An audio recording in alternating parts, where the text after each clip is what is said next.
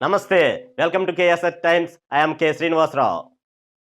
Parliament ఎలక్షన్‌లో సిక్కోలు ఓ విలక్షణం.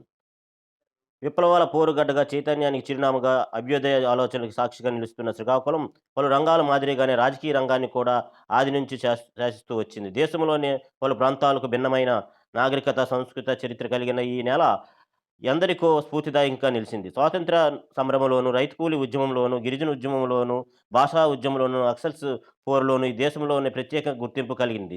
శ్రీకాకుళం రాజకీయ రంగంలోను అంతే స్థాయిలో ప్రభావితం చేసింది.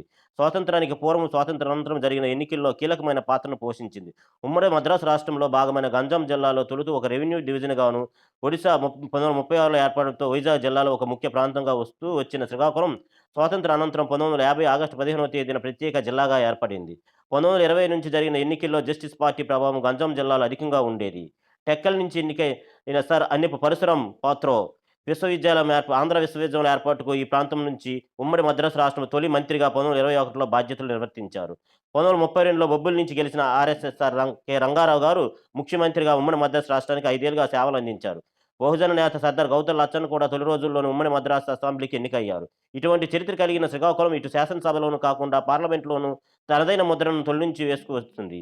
స్వాతంత్ర్యం తర్వాత జరిగిన మొదటి పార్లమెంట్ ఎన్నికల్లో నాటికే శ్రీకాకుళం లోక్సభ స్థానంగా ఉంది. స్వాతంత్ర్యం తెచ్చిన ఖ్యాతిని పొందిన కాంగ్రెస్ పార్టీ ఇక్కడ ఇండిపెండెంట్ అభ్యర్థిగా గెలవడం ఉమ్మడి మద్రాసు రాష్ట్రంలో సంచలనం.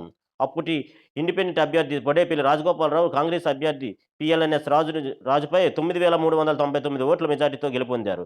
ఉమ్మడి మద్రాసు రాష్ట్రం ప్రాంతంలో 20 మంది ఎంపీలు గెలుపొందగా అందులో బీసీ సామాజిక వర్గానికి చెందిన ఒకే ఒక వ్యక్తి శ్రీకాకుళం స్థానం నుంచి గెలుపొందడం విశేషం. అదేవిధంగా 1952లో ఈ జిల్లాలో పాతపట్నం ఒక పార్లమెంట్ స్థానంగా ఉండేది. ఇక్కడ నుంచి కాంగ్రెస్ పార్టీ తరపున వివి గిరి గెలుపొంది జవహర్లాల్ నెహ్రూ క్యాబినెట్‌లో కార్మిక శాఖ మంత్రిగా చేశారు. శ్రీకాకుళం జిల్లాకు ఈ విధంగా కేంద్రంలో తొలి క్యాబినెట్ బెర్త్ లభించింది. తర్వాత వివి గిరి గవర్నర్‌గా, భారత రాయబారిగా, ఉపరాష్ట్రపతిగా, రాష్ట్రపతిగా దేశానికి సేవలందించారు. మరోవైపు ఇప్పటివరకు శ్రీకాకుళం పార్లమెంట్ స్థానానికి 18 సార్లు ఉప ఎన్నికతో పాటు ఎన్నికలు జరగగా అత్యధికంగా 8 సార్లు కాంగ్రెస్ పార్టీ అభ్యర్థులే గెలిచారు. ఇందులో బొడ్డేపల్లి రాజగోపాలరావు గారు కాంగ్రెస్ తరపున 5 సార్లు గెలవగా, డాక్టర్ కనితి విశ్వనాథం 2 సార్లు, డాక్టర్ కిల్లి కృపాని ఒకసారి గెలుపొందారు. మధ్యలో 1967 మరియు 1967 ఉప ఎన్నికలో స్వతంత్ర పార్టీ అభ్యర్థులైన గౌతు లచ్చన్న, ఆచారి అంజయ్ రంగా గెలుపొంది జాతీయ స్థాయిలో శ్రీకాకుళానికి గుర్తింపు తీసుకొని వచ్చారు. ఇక తెలుగుదేశం ఆవిర్భావంతో 1984 తొలిసారి శ్రీకాకుళం స్థానం ఆ పార్టీ కైవసం చేసుకుంది. టీడీపీ తరపున ప్రముఖ న్యాయవాది హనుమంతు అప్పయ్య గారు ఎన్నికయ్యారు. అనంతరం టీడీపీ తరపున కింజరాపు ఎర్రమనాయుడు గారు 4 సార్లు ఇక్కడి నుంచి గెలుపొందగా ఆయన కుమారుడు 2 సార్లు ఈ స్థానం నుంచి గెలుపొంది లోక్సభలో అడుగుపెట్టారు. 1996లో ఎన్టీఆర్ టీడీపీ అభ్యర్థి నందమూరి జయకృష్ణ 34,578 ఓట్లతో మెజార్టీతో ఎర్రమనాయుడు గెలుపొందాడు. యునైటెడ్ ఫ్రంట్ ప్రభుత్వంలో కేంద్ర గ్రామీణాభివృద్ధి శాఖ మంత్రిగా 2 ఏళ్లు పనిచేశారు. 1998, 99 మధ్యంతర ఎన్నికలతో పాటు 2004లో ఎన్నికల్లో టీడీపీ తరపున ఎర్రమనాయుడు లోక్సభలో ఎన్నికయ్యారు. 2009లో కాంగ్రెస్ పార్టీ తరపున డాక్టర్ కిల్లి కృపారాణి ఎంపీగా ఇక్కడి నుంచి గెలుపొందారు. 2014లో టీడీపీ అభ్యర్థి కింజరాపు రామ్మోహన్ నాయుడు శ్రీకాకుళం నుంచి లోక్సభ ఎన్నికగా 2019లో మళ్ళీ రెండోసారి ఇక్కడి నుంచి గెలుపొందారు. కాగా శ్రీకాకుళం పార్లమెంట్ స్థానం ఒకసారి ఉమ్మడి మద్రాసు రాష్ట్రంలో ఉండగా చివరిగా 2 సార్లు నవ్యాంధ్రప్రదేశ్‌లో ఉంది. ఇక్కడ గెలుపొందిన అభ్యర్థి పార్టీ అధిక శాతము కేంద్రంలోనూ, రాష్ట్రంలోనూ అధికారంలోకి వచ్చాయి. శ్రీకాకుళంలో 1977 ఎన్నిక వరకు భాగంగా ఉన్న విజయనగరం తరువాత ప్రత్యేక జిల్లాగా మారింది.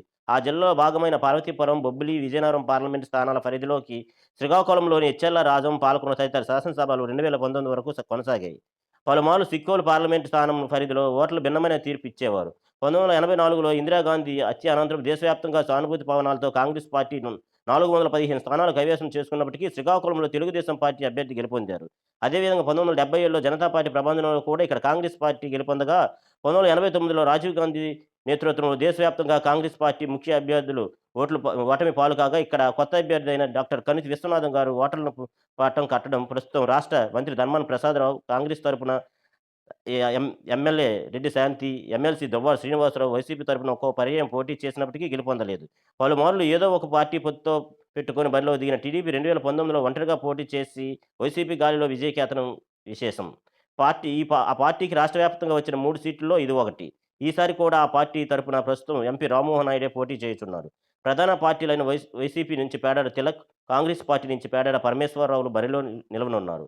గ్రామీణ, గిరిజన ప్రాంతాలు అధికంగా ఉండడం, దశాబ్దాలుగా పలు సమస్యలపై ఎన్నికల హామీలు మిగిలిపోవడం, కొన్ని సామాజిక వర్గాల మధ్య ఎన్నికల రణరంగం జరుగుతుండటం, దశాబ్దాలుగా ఒకే కుటుంబం శాసించటం వంటివి శ్రీకాకుళం పార్లమెంటు స్థానం పరిధిలో చూడవచ్చు. అయితే చైతన్యదాయకమైన ఓటర్లు అధికంగా కలిగిన శ్రీకాకుళంలో భిన్నమైన వాతావరణం కనబడుతుంది.